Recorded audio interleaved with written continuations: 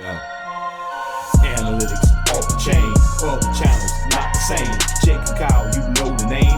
Headliner Nation, we running the game.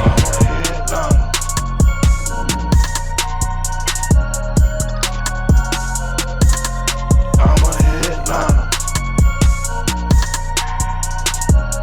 Yo, what is going on, Headliner Nation? Welcome back to the Fantasy Headliners. Kyle here to talk a little bit about my mock draft 2.0 as we are in combine season. A lot of the guys coming up in the 2022 NFL draft, stocks are going to start going up and down like crazy. And in my first mock draft, I talked about a lot of different scenarios. And if you've been around with the Fantasy Headliners here in the offseason for a while, you know with these mock drafts, we like to play out different scenarios. So this mock draft today is going to be all about talking through what we're kind of hearing through the media right now. So a lot of different things that I'm getting via Twitter, Facebook, posts that are being made, different things that are going on throughout the news in terms of what people are hearing, whether it be beat writers or national media coverage or whatever it may be, what they're kind of hearing and what they're kind of thinking. So I'm kind of taking a consensus look at this mock draft. Now, in my next mock draft, we're going to play things out a little bit differently, and we're going to talk about, what if the first round ends up being a little bit more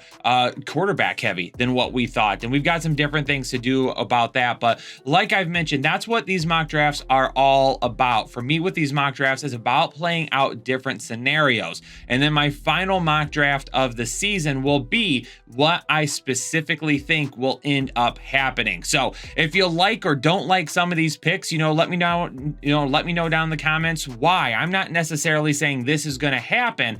These are different things that I'm just hearing and seeing throughout the media right now. So, if your favorite team, if you've got somebody going and you're like, man, I don't agree with that at all, why? Let me know down in the comments why, and then maybe we'll have a little bit of a discussion about it. But hey, if you're new here to the Fantasy Headliners, hit the subscribe button. Stick around all off season, heading into next season for that great content.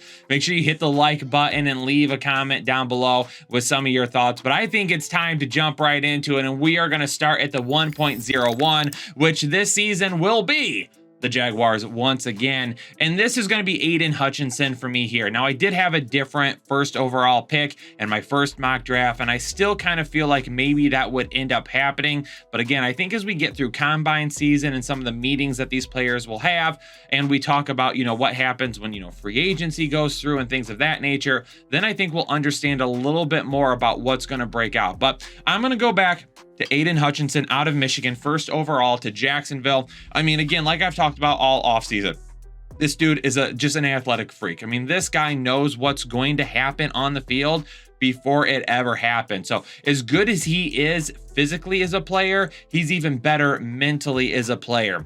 And nothing over Kayvon Thibodeau, who is coming in at number 2 for me to the Detroit Lions.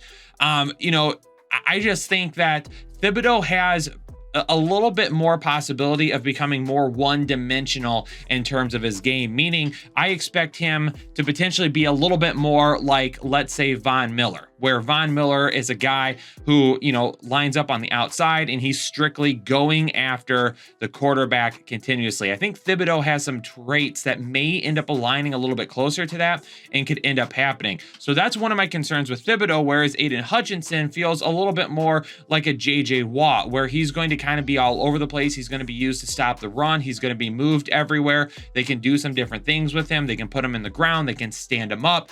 I just think that that's why I'm going to go with Hutchinson at number 1 and Thibodeau at number 2 for right now. And I think a majority of the consensus out there in the media has that as well. They believe that Hutchinson is going to go over Thibodeau as of right now. Moving on to number 3. Now, Evan Neal to the Houston Texans is at number 3 for me right now. I think when you talk about the Lovie Smith hire and things of that nature and what they're going to be doing there, I think protecting the quarterback is going to be one of their number 1 priorities. And now Evan Neal is not my number one offensive lineman in this draft. However, I believe he is for a majority of the media. And I think a lot of people seem to think that Evan Neal is going to go as the first offensive tackle off the board. Now, also with all of this being said, I had Kyle Hamilton going here in my last mock, and now I have Evan Neal here, and I've got Kyle Hamilton falling 1 pick to the New York Jets. If it was me in the Houston Texans, I would want Kyle Hamilton 150% over Evan Neal. Kyle Hamilton could be one of the best draft picks on the defensive side of the ball that we see in quite some time. This guy is just an absolutely phenomenal player that can do everything, and he does everything extremely well. This isn't a guy that's like, he's got 1 or 2 or 3 tools that are off the charts, and that's why he's a top 5 overall pick. And then he's got a few things it's like, those are good, maybe they could be worked on. Kyle Hamilton does like everything well. In fact, in coverage, he only gave up 1 touchdown his entire NFL career. This dude, or excuse me, his entire college career. This dude is an absolute stud. So I do have Evan Neal going in this draft, this mock draft, ahead of Kyle Hamilton. If it was me, I would rather have Kyle Hamilton over Evan Neal. But one of the big things is going to be protecting Davis Mills, if that is going to be the quarterback moving forward, or if they plan on doing something else. We're hearing talks of, Deshaun Watson could end up coming back this year. Does he come back to Houston? Is he still going to be traded? A lot of that is going to be up in the air. Now, the number 5 overall pick is going to be my Manscaped locked in mock pick of this draft, and it is Ikem Ekwonu from NC State going to the New York Giants. Don't forget, our good friends over at Manscaped are going to be one of our main sponsors here again in 2022. So if you're looking for any goodies from them, head over to manscaped.com, use code word headliners. You're going to get 20% off your entire purchase and free shipping. So head over to manscaped.com today. Now, let's talk about Ikem Ekwonu a little bit more. Talked about Evan Neal a second ago. Ekwonu is my number 1 offensive tackle, number 1 offensive lineman in this draft. He has been a starter since his freshman year, and he has everything you want in a left tackle. He's got the size, he's got the physicality, he's got the football IQ, which is through the roof. He is still my number 1 offensive tackle. I think his ceiling is higher than Evan Neal. I think Ikem Ekwonu is going to be a guy that in a few years we look at him as being one of the best offensive tackles in all of football. That's how much I like him. And for the New York Giants here at number 5, you have to do better on the offensive line. You have got to protect Daniel Jones if Daniel Jones is going to be your guy. You've got to give room for Saquon Barkley to run. You got to give time for Daniel Jones to throw to the wide receivers, because you're paying Kenny Golladay God knows how much money to do absolutely nothing. You have got to protect Daniel Jones and do something to give this offense more time to make big plays. And doing that here at number 5 is going to be an absolute must for the New York Giants. For the Carolina Panthers, they're going to go in this mock draft with Kenny Pickett, quarterback out of Pittsburgh. Now, there is another quarterback that I'm hearing some rumblings about here and feels like might be going here, but I'm going to stick with Kenny Pickett, and here's why. For the Carolina Panthers, I don't feel that they should draft a quarterback. Because there's different things on this team that they should be doing to make themselves stronger. However, they have put themselves in a position where they have to draft a quarterback now, okay? Sam Darnold, obviously, not a great season last year. Doesn't really feel like that's the case. With Matt Rule, I think what he is looking at now is I've got to get my quarterback, and I've got to get somebody that I can put out there and start playing right away, so I can show that I've got the talent lined up for this team going into the future so I can keep my job. That's what I feel like Matt Rule is doing right now. So they've kind of put themselves in a position where if you look at them here at number 6 overall, there's a ton of players after Kenny Pickett that I think should be going here and should go over Kenny Pickett, but they can't because Carolina and Matt Rule have put themselves in a position where they are forced to go with a guy that is probably one of the safer quarterbacks in this draft in terms of tools. Now, going on to the New York Giants, their second pick here in the top 10 at number 7 overall. Going to go with Jermaine Johnson, edge rusher out of Florida State. He's climbing very, very quickly after a great Senior Bowl, insane athletic traits. And what he really reminds me of is a former Florida State defensive lineman by the name of Brian Burns. A couple of years ago, I was really, really high on Brian Burns. I had him as a top 5 pick, and I got lambasted in the offseason for it. And listen, I understood why, because Brian Burns wasn't really that big of a household name, but he had those athletic traits that could be coached up. Now, has he become an NFL superstar by any means? No, but he's become a very, very good defensive lineman for the Carolina Panthers. And that's really what Jermaine Johnson kind of reminds me of. He's a guy that technically wise probably has a few things that he could clean up. Same thing with Brian Burns, but the athletic traits, the length, the arms, the strength, everything is there for him to really be a guy that for the New York Giants, when they really need to create some pressure on that defensive line, he is going to be a guy that's going to help with that greatly. The Atlanta Falcons, I think they're going to need to work on their secondary. Now, the Atlanta Falcons have a lot that they need to do, and they could draft Matt Ryan's replacement this year for all I know. Talking about that later on in another mock draft. But for Derek Stingley Jr., cornerback out of LSU, I'm going to go with him here. They're going to work on that D to go win the South. The South is going to be a little bit more down this year. Carolina, again, what are they going to look like heading into the season? Tampa Bay, they're going to be dealing, obviously, with the loss of Tom Brady. The New Orleans Saints are a mess with their cap space. So for the Atlanta Falcons, go get yourself another piece on this defense to shut down opposing offenses. Let, hopefully, Calvin Ridley come back this year. You still got Cordero Patterson, Matt Ryan, Kyle Pitts. Hopefully that offense can get a little bit more in sync this year and score points, but the main thing is stop the points on the other side of the ball. The Denver Broncos at 1.09. Again, in another mock draft, we'll talk about the possibility of a quarterback going here, but I am waiting to see how the offseason plays out a little bit more because Denver seems to be absolutely entrenched and making a move for a quarterback. Now, is it going to be Aaron Rodgers? That seems a little bit less likely by the day. Are they going to try and make a run at Russell Wilson? Is Deshaun Watson going to be an... So there's a lot of different options still where we see Denver probably trying to make a move to bring in a quarterback. So as of right now, I'm going to go with another need for them. David Ajabu, obviously after trading Von Miller, Bradley Chubb being a guy that has had a lot of injuries. They need to create pressure, especially out there in the West, playing against Kansas City, playing against Las Vegas, playing against the Los Angeles Chargers.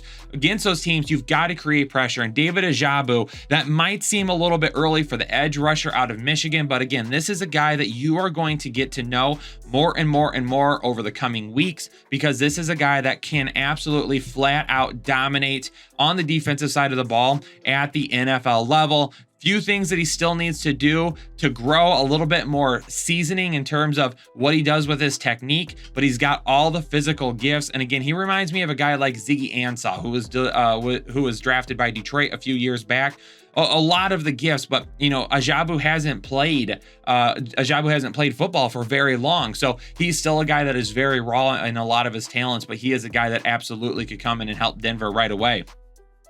At number 10, we're going to go with Charles Cross, offensive tackle out of Mississippi State to the New York Jets. The New York Jets, with their first pick, they took Kyle Hamilton. Now they're going to go back to the offensive line, and they're really going to work on getting that short away because you need to do that for Zach Wilson. Charles Cross, he's an excellent pass protector, which is what Wilson needs to grow. Charles Cross isn't going to be a guy that's going to be the most dominating on the ground in the run game, but he's going to be very, very good at keeping a clean pocket for Zach Wilson, and that's what we need to do. Their right tackle right now, Morgan Moses, is going to be an unrestricted free agent, so working on the offensive line is going to be a must. At number 11 to the Washington football team is going to be Malik Willis, quarterback out of Liberty. Just an absolutely insane week at the Senior Bowl. And this is a guy whose stock is going to continue to grow up. And he might be one of the fastest risers in all of the draft right now. And he potentially has the highest upside of any quarterback in this draft. But he's going to need time to sit. And we know they've got Taylor Heineke already there. And yeah, Taylor Heineke is not going to win you a whole lot of division championships or take you to a Super Bowl or anything. But he is a guy that kind of has a game that Malik Willis could sit and learn from for a season and really kind of work on that. My question with Malik Willis, is he going to be Lamar Jackson or is he going to be Jalen Hurts? Because with Lamar Jackson, we saw when he came into the league, yeah, he was going to have some things he needed to work on. However, we've seen him get better as a passer, as a pure passer, as his career has gone on. We've seen that growth with Lamar Jackson. With Jalen Hurts, he still has a lot of time, but we're not necessarily seeing him get better as a passer. Last season, as the season went on, he actually got worse throughout the season as a passer than he did at the beginning of the year. At the beginning of the year, he had a couple of really good games. As the season went on, he struggled a little bit more and a little bit more. So who is he going to be? Is he going to be Jalen Hurts, a guy that's super athletic, can scramble on the ground, pick up extra yards, get out of the pocket, extend plays, but he's going to be super, super inconsistent in the passing game? Or is he going to be Lamar Jackson, where he has those same traits on the ground, but we see him evolve into a guy that can really, really play the quarterback position well and be a dynamic athlete at that position? Heading on to number 12, we're going to go with Andrew Booth, or cornerback out of Clemson for the Minnesota Vikings. Minnesota is losing their top 3 cornerbacks to free agency, and they're not going to have a whole lot of cap room. So they're going to need to kind of help replace that area, and doing that through the draft is exactly what they need to do. Great pick here. A guy that honestly probably should go inside the top 10. Booth, he might get beat some his rookie year, but his ceiling is insanely high, and he's going to become a very, very good cornerback. Just a couple of things that he's probably going to have to work on along the way. At number 13, it's going to be the Cleveland Browns taking Garrett Wilson, wide receiver out of Ohio State. They keep the Ohio product in Ohio to continue it into his NFL career. Garrett Wilson is still the number 1 wide receiver on my board, and we'll talk about the guy who's quickly climbing and taking over that spot here in a minute. But Garrett Wilson is still my guy. Now, the reason I like Garrett Wilson here to the Cleveland Browns a little bit more than somebody else is because I really feel like Garrett Wilson can go inside or outside. So kind of the question is right now, what happens with Jarvis Landry? It sounds like Jarvis Landry could stay in Cleveland, but he's talked a little bit this offseason about, are they going to want to keep me? Where are we moving to? So let's say Jarvis Landry does end up leaving Cleveland in some way, shape, or form. Garrett Wilson could play in the slot. If Jarvis Landry stays there, then Garrett Wilson could go to the outside. He's very flexible in terms of that, and I still like that because of that functionality. He can go inside, he can go outside, but what Garrett Wilson can also do is he can beat you with his speed and his routes if he plays inside, or he can play bigger than what he is on the outside and really jump point the ball. So I think that's what the Browns need more than anything, is someone at the wide receiver position with a little bit more of that flexibility in their game. The Baltimore Ravens at number 14 going with Tyler Linderbaum, interior offensive lineman out of Iowa, probably the best center in this draft. He could push out to guard if needed. One thing we know is Bradley Bozeman could end up leaving via free agency. If that's the case, Linderbaum could end up stepping in right away, and he could be a huge hit at this pick for that replacement. Again, protecting Lamar Jackson, giving him time and somebody to work with at center is a little bit of a bigger priority to me than some of the other areas that Baltimore may need. For the Philadelphia Eagles, they've got back-to-back picks here at 15 and 16. What are we going to do here for Philadelphia? Well, at number 15, we are going to be going with edge rusher out of Purdue, George Karlaftis. He's got that knock you on your butt power. He is a guy that, again, I talked about a little bit ago with Thibodeau. He's a guy that could just be kind of one of those just pass rushers, a guy that's going to get after the quarterback. Karlaftis kind of reminds me, of that type of a power rusher on the outside where he's going to get in there, he's going to get dirty. A Jason Pierre-Paul where he's going to just go. But sometimes all of that motor is going to make him miss on some of the run game. So that's the one thing it just needs to be here where George Karlaftis, just bring it back a little bit. But for Philadelphia, they need an edge rusher. They need somebody to help. At number 16, out of Cincinnati, taking cornerback Ahmad Gardner. Might be a little bit early on this one. Gardner is probably a little bit more of a later round pick for me, or late first round pick for me, just a few spots back. So, but the Eagles need help across the board, and a huge upgrade at cornerback is going to be a big part of helping this team get back to the playoffs this year. We saw that defense at times be inconsistent. Having another guy on the other side opposite of Darius Slay is going to be a huge help. Gardner's a guy that could play in the slot a little bit to begin with if need to, then move outside, but he is a really good long-term answer there for Philadelphia. And number 17, for the Los Angeles Chargers, interior defensive lineman out of Georgia, Jordan Davis. He can stop the run on his own. He can create pressure. It doesn't matter. This dude is an interior defensive lineman that can do it all. He's a more athletic Vince Wilfork, in my opinion. He's a big big dude, but he can do a lot of things. If you watch some of the tape, you see him bust out from the center of that line and go track down a running back on multiple occasions. Jordan Davis is a very, very good player. Last year, the Chargers could not stop the run. With Jordan Davis in the middle, they'll be able to. Moving on to number 18, Treylon Burks, wide receiver out of Arkansas. This is the guy that is quickly taking over the wide receiver 1 spot from Garrett Wilson. I love Garrett Wilson. I am starting to become more and more of a fan of Treylon Burks. Treylon Burks, to me, reminds me of Andre Johnson. That is a huge comparison there. That is something that I do not take lightly, looking at a guy and saying, man, could he be the next Andre Johnson? That could end up happening here with Treylon Burks. Now, you say, Kyle, next Andre Johnson, why wouldn't you go with him over Garrett Wilson?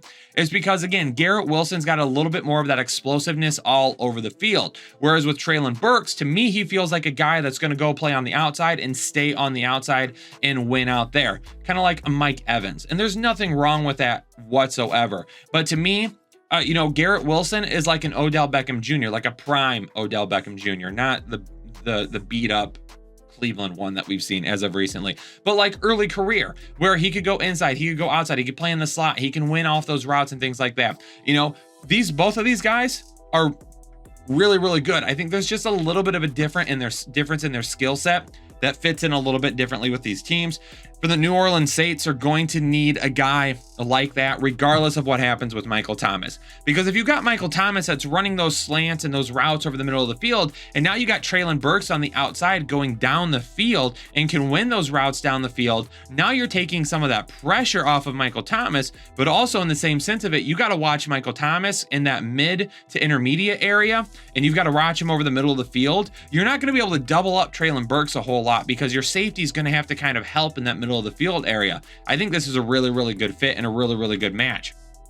Now, the Philadelphia Eagles at 19 get their 3rd pick of the 1st round, linebacker Nakobe Dean. Now, you're probably saying, Kyle, 3 defensive players for Philadelphia Eagles? Yeah, why not?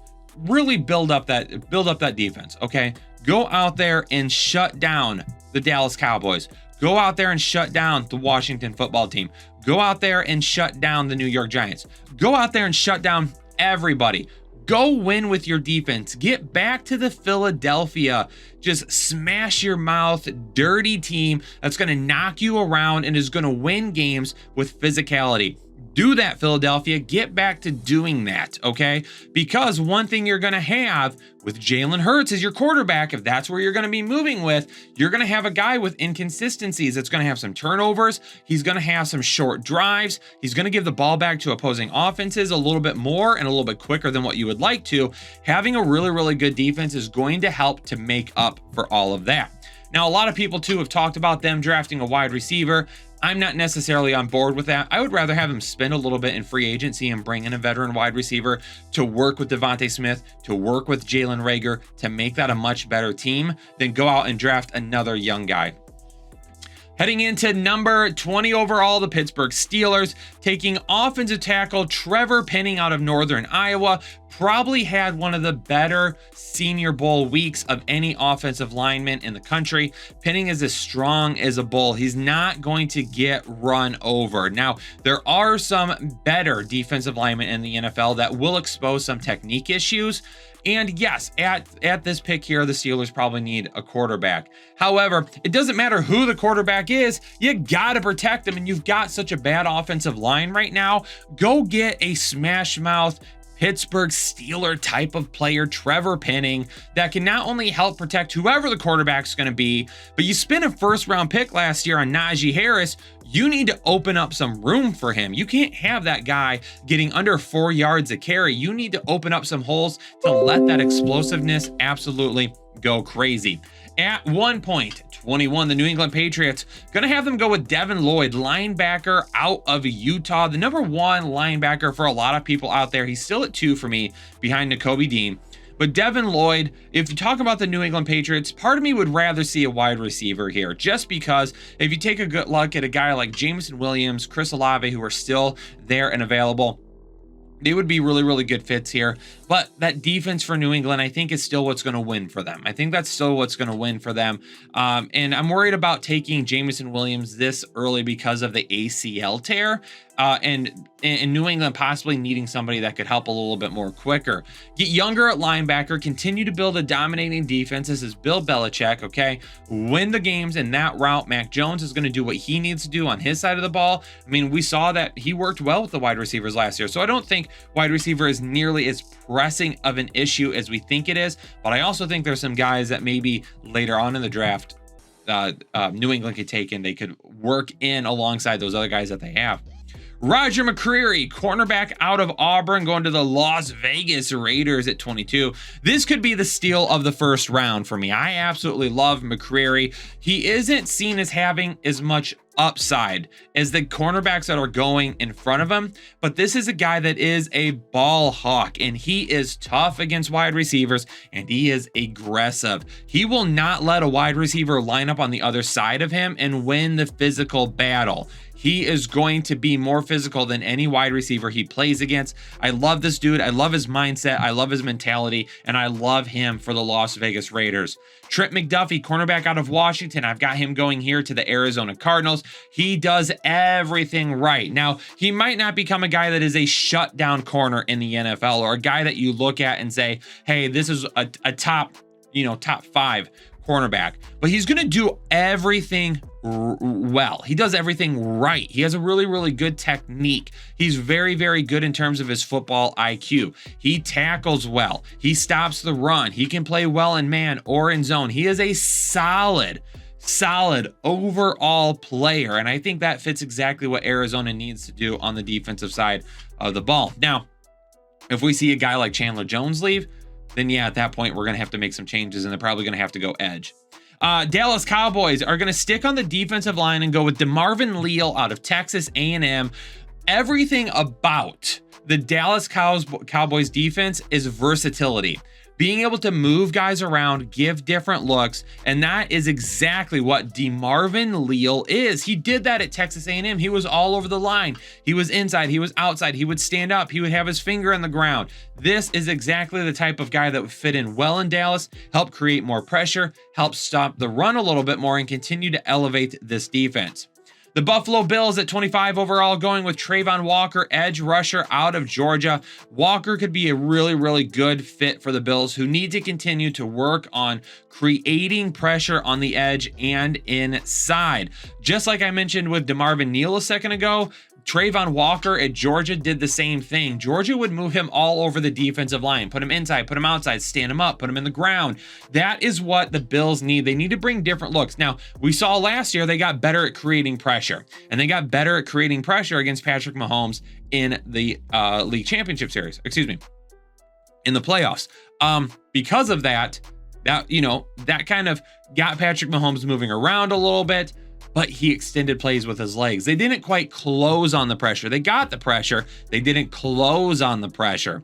And I think continuing to build that defensive line is really what's going to separate the Buffalo Bills and get them to the point where they can go to the playoffs. Everything on the offensive side of the ball, I think, is solid. I don't think they need to draft a running back. As far as the wide receivers go, I think they've got good wide receivers. They could bring someone in via free agency if they needed to, if they do walk away from Cole Beasley. But for me, Trayvon Walker is a perfect fit for the Buffalo Bills.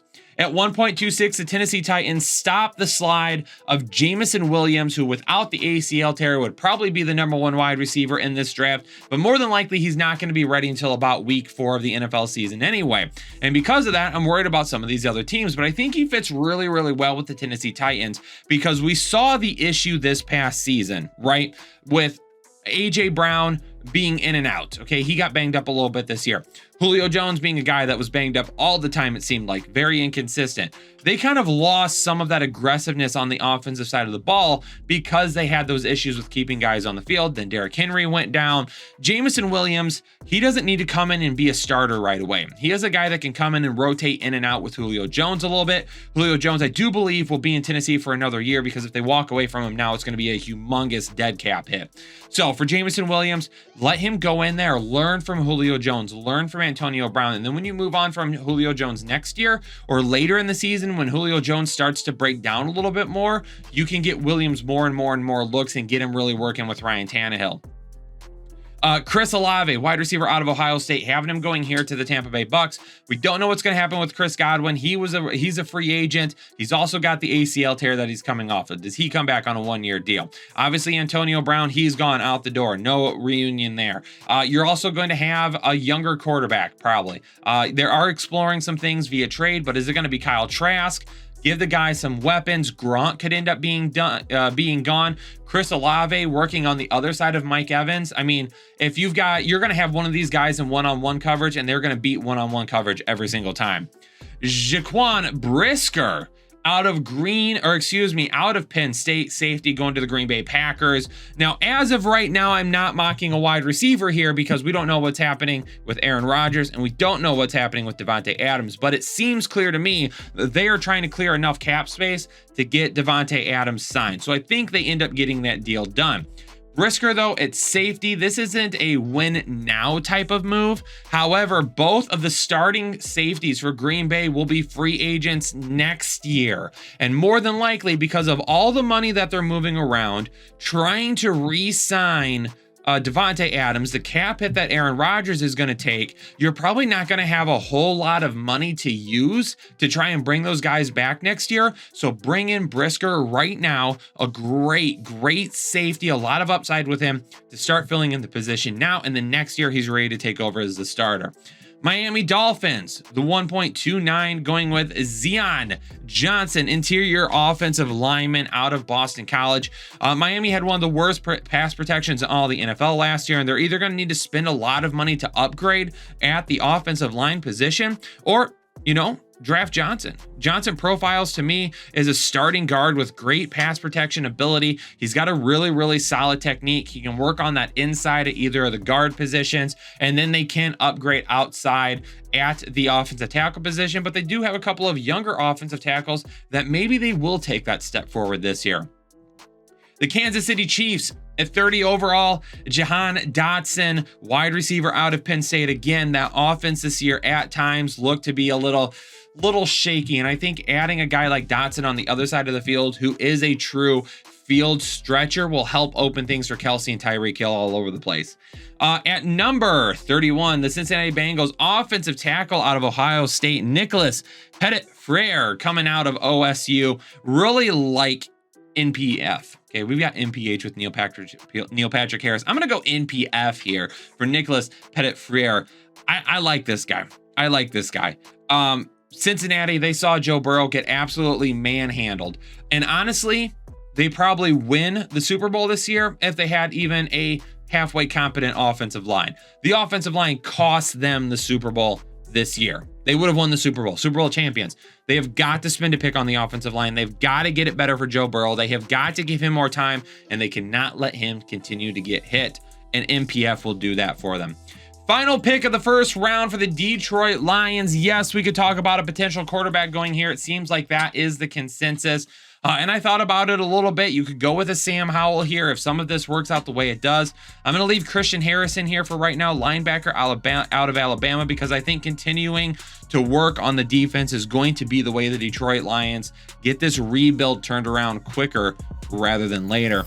And ladies and gentlemen, that's going to do it for my second mock draft of the offseason. Hopefully you all enjoyed it. Hit the like button for me if you enjoy the content. If you're new here, hit the subscribe button. But most importantly, in the comments down below, leave me a comment. Again, this is some of the things I'm seeing from the media and things like that. This isn't necessarily my thoughts on this is going to happen. That mock draft will be coming later. I'm talking about different scenarios and things of right now. So if you don't like my pick, that's fine. It's not necessarily my pick right now either. It's kind of what I'm hearing and different things like that. So make sure you leave me a comment down below for your favorite team. Who do you want them to draft? We're looking forward to hearing from all of you, but I'm going to get out of here for now. So all of you stay safe and stay healthy, and I will catch you on the next episode of the Fantasy Headliners.